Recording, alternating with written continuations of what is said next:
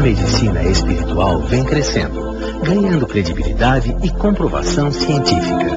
Existem escolas, universidades, Harvard, por exemplo, Stanford. São universidades que dedicam disciplinas para estudar a espiritualidade aplicada à saúde. As escolas australianas de Melbourne, a Universidade de Melbourne, a Universidade de Copenhague, algumas universidades chinesas, em Taipei, são escolas médicas que deram uma abertura absoluta para os conhecimentos da espiritualidade na prática médica.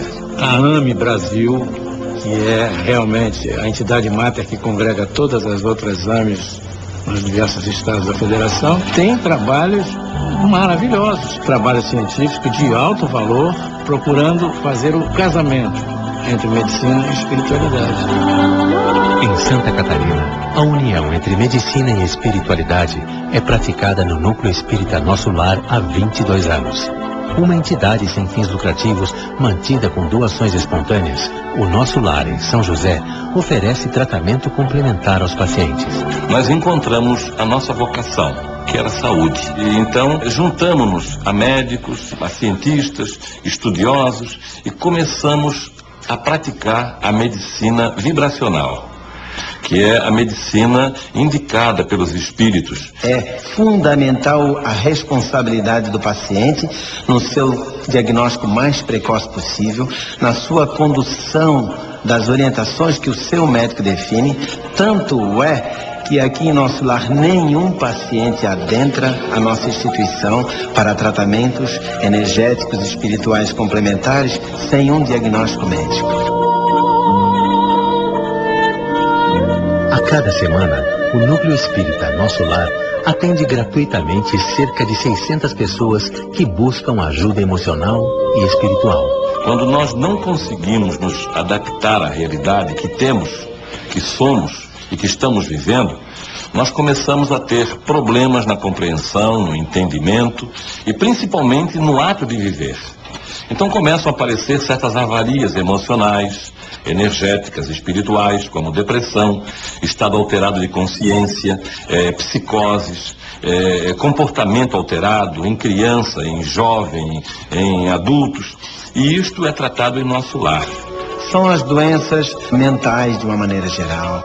Transtornos obsessivos, compulsivos, esquizofrênicos, enfermidades tipo Alzheimer, Parkinson e também algumas doenças e enfermidades consideradas leves, não críticas, físicas. Em Nosso Lar nós tratamos deste paciente, nós tratamos o espírito do paciente, aquela parte inteligente que ordena a mente e que ordena o corpo.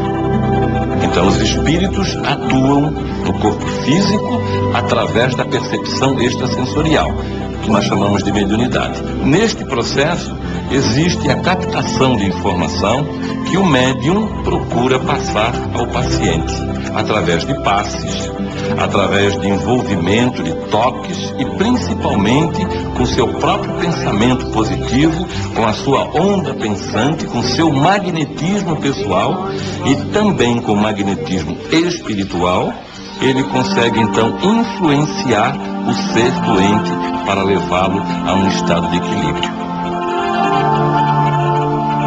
São mais de 650 voluntários trabalhando na aplicação de terapias vibracionais, como passes de câmara, cromoterapia e massagem de toalha. A transferência energética harmoniza os centros de força, buscando a saúde e o bem-estar do paciente.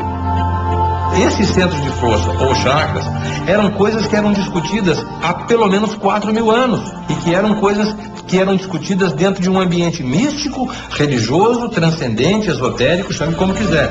Hoje, esse tema é estudado com a profundidade científica. No perispírito nós temos centro de força e no corpo nós temos plexos. Plexos que são constituídos de músculos, de nervos, de órgãos, de funções, de células. E no perispírito nós temos essa mesma função, nós temos este mesmo órgão, só que de uma maneira etérea. Esses centros de força existem dentro de uma condição vibracional específica. e que pode ser manipulados através de processos cirúrgicos espirituais, podem ser manipulados através de emissão de cores, passes e radiações e imposição de mãos. São centros transformadores. Captam, por exemplo, sensações, emoções, pensamentos, transformam-no em energia química. Por isso, essa ligação e essa necessidade de compreender mais a respeito de si mesmo, da sua própria anatomia, do seu pensamento, a força e o que significa um bom pensamento, um pensamento equilibrado, o que significa pensamentos negativos, levando a desequilíbrios no nosso sistema imunológico. Estudos científicos já mostram que o desequilíbrio mental e emocional é capaz de gerar doenças físicas. Existe uma conexão clara, inseparável das áreas pensantes, das áreas físicas. Nós temos glândulas poderosíssimas, como é a pineal, estudada hoje em dia no mundo científico em todo o planeta, como uma glândula de captação de informações preciosíssimas. Temos que ver o homem sempre, o indivíduo ser sempre como um todo. Não adianta tratarmos de um órgão lesado se ele representa única e exclusivamente um aviso.